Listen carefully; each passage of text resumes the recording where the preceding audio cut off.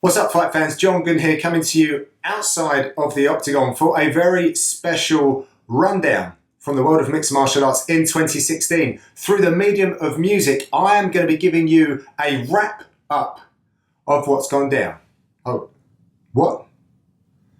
I'm not doing the rap. Who's doing the rap? Is it Helwani? That guy gets all the best gigs. Love him, but he's everywhere. Who's doing it then? MysDiggi. Okay, keeping it UK. Yeah, I diggy. All right. Price, brand new year. Hey, my name is MysDiggi. now the year's been hectic for the scene. We've seen a few retire and many switch teams.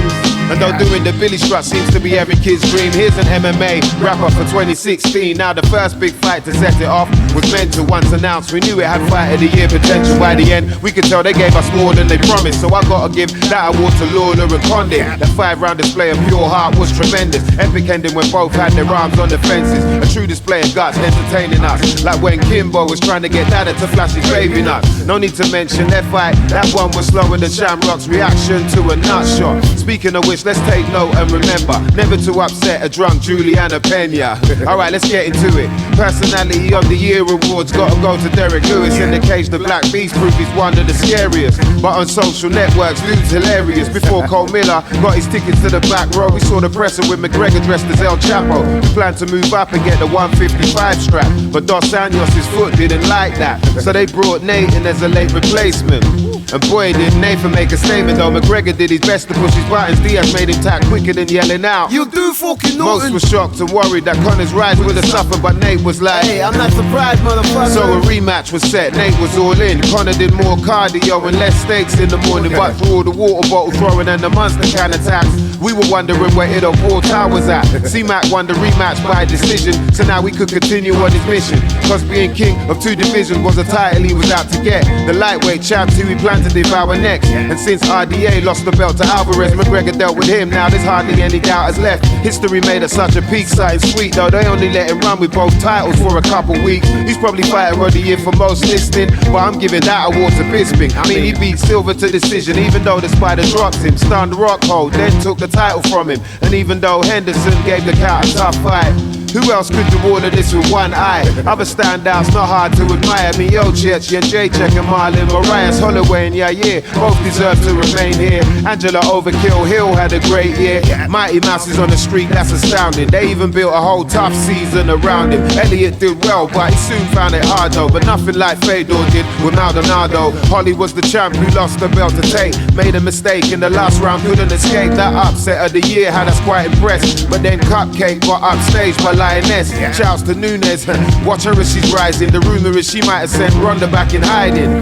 Bellator came to England, where MVP caught the knockout of the year in my opinion. Perfect fly knee that finished Cyborg Santos, and damn near opened up a black hole. That post pick was messy. Runner-ups, Groovy Lando, spinning kick on McNessie. What Rumble did to Glover made us scream, oh boy. Like Cub Swanson's 3-round war with Do Hold Choi. That's when we learned there must be granite inside those jaws. The year that Nick the Tooth weren't looking for a fight no more. Man, they were folding old Vince like a neat necktie. Is another thing that made us cringe at Meathead's eye. Finally the debut was made by CM Punk, and we were looking at each other like, wait, we being punked? During his evolution he promised to give his all, but then we saw him get quickly mauled by Mickey Gall, who went on to beat Sage in their battle. That might be karma for the way he treated apples. Before Pettis found that fire started with his cars, we saw another of ours enter Dancing with the Stars. Don't underestimate that Van Zandt chick, cause evidently she was secretly working on that can-can kick. When Woodley got that quick KO against Robbie and became champion, damn near stunned everybody. But when we saw his Wonder Boy battle, it was clearly true that the chosen one was champion material. Word to the return of Brock Lesnar. Usadas got fighters popping left, right and center. Dreams got crushed like Tito's juice box. But without testing, how would we know he's doing what? Piece of the missing link. People you wouldn't think piss so hot. We doubted Machida would even drink. It was a shocker when Jones got suspended for them dick pills. But that's when we all knew the shit's real. But nothing's more compelling than us all hearing when the UFC sold for $4 billion. We knew they had the market in the clan, but now there's no doubt for Tita Bros were laughing to the bank. A game changer once it hit the news. Same year we saw what Champ Cody No Love did to Cruz, and new eras in places you can see. Where Batman and Medea have stakes in UFC. If at first the roster weren't sure, by now the majority felt they were worth more. So another thing we saw more than ever before was the amount of free agents out testing the waters. Offers had Bendo and Mitrione running, plus unexpected names like Rory and Chael Sonnen. There's multiple associations out now recruiting them to get them compensated. So many they're confusing them. Fighters want to see what each can do for them, but if there's really one common goal, why ain't they formed the union? Surely the first step is uniting, similar to RFA and legacy fighting. Seems like before the situation gets any better, Showtime will announce McGregor v Mayweather. I doubt it will, but if it happens, man, the planet might lose its balance like that Fight Night cameraman. Sub of the year is Mackenzie Dern for that omoplata RNC move. I better learn. Runner-up was oh so close. Can't forget when Rothwell put that go-go choke on Barnett. Shouts of course to Damian Maya. We saw Uriah Faber retire. Melvin Manoff in his title match was truthfully robbed. While Helwani got in trouble for doing his job. Lost credentials, so for 2 hours turned on the waterworks. Then got him back days later, so I'm sure it worked. While Ronda gave the media a blank stare. King of the Cage and got a 2-division champ there. Looking the third title, gotta give our respects to a man like the Spaniard, Juan Archuleta. The sport saw losses that were too much for handling.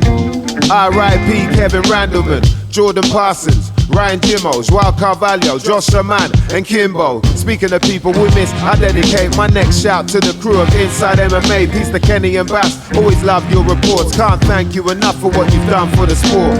Prior to us bidding farewell to Goldberg, Cold Flow failed to use his own words. Don Fry got accepted in the Hall of Fame, and Cage Warriors' return was for sure again. Honorary rest in peace to King Ali. For him, let's float like a butterfly and sting like a bee. Unless it's fight time, make sure we aren't hurting them like Badoo. Post-fight push, kick into Arvelli, and be sure you're all ready when time for your entry. But keep it more friendly than Dana and Pure Remedy. Be prepared for what the year's got in store, but show no fear like Max Holloway. Pointing to the floor, may your team stay tight, let nothing ever get between. Welcome to 2017.